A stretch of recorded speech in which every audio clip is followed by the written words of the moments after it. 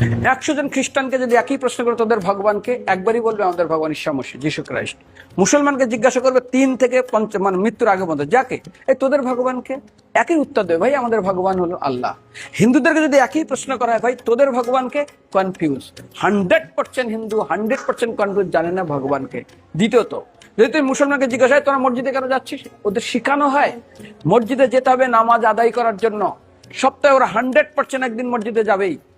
তুমি যদি খ্রিস্টানদের জিজ্ঞাসা করো তোমরা কেন কোথায় যাবে, কোথায় যাও না, আমাদেরকে একদিন তারা চার্চে যাবে। কেন? ঈশ্বরে প্রার্থনা করার জন্য। ওদের শিখানো হয় জন্মের থেকে, এটা সংস্কার। আর হিন্দুদের যদি জিজ্ঞাসা করে তোমরা মন্দিরে কেন যাচ্ছ, হ্যাঁ আমার ছেলের বিয়ে হচ্ছে না, আমার মেয়ের বাচ্চা হচ্ছে না, আমার বাবা হসপিটালে আছে, কালকের আমার মামলার ডেট আছে, আমার ব্যবসা খুব খারাপ, আমার শরীর খুব খারাপ। 99.99 হিন্দু জানে না মন্দিরে কেন আসা উচিত, তাদের ভগবানকে মৃত্যুর পরে কোথায় যাবে। মুসলমানকে জিজ্ঞাসা করবে মৃত্যুর পর কোথায় যাবে, বলবে ভাই নামাজ রোজাতে না করি দোজকে যাব, অর্থাৎ নরকে যাব।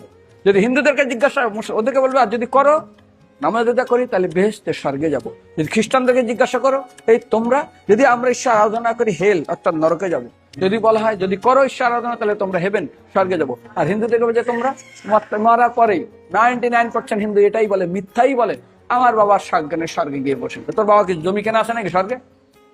তোর বাবা জমি কেনা আছে যে তোর বাবা মরার পরে স্বর্গে গিয়ে হোয়াটসঅ্যাপ করে দেখি এই যে একটা বাথরুম টয়লেট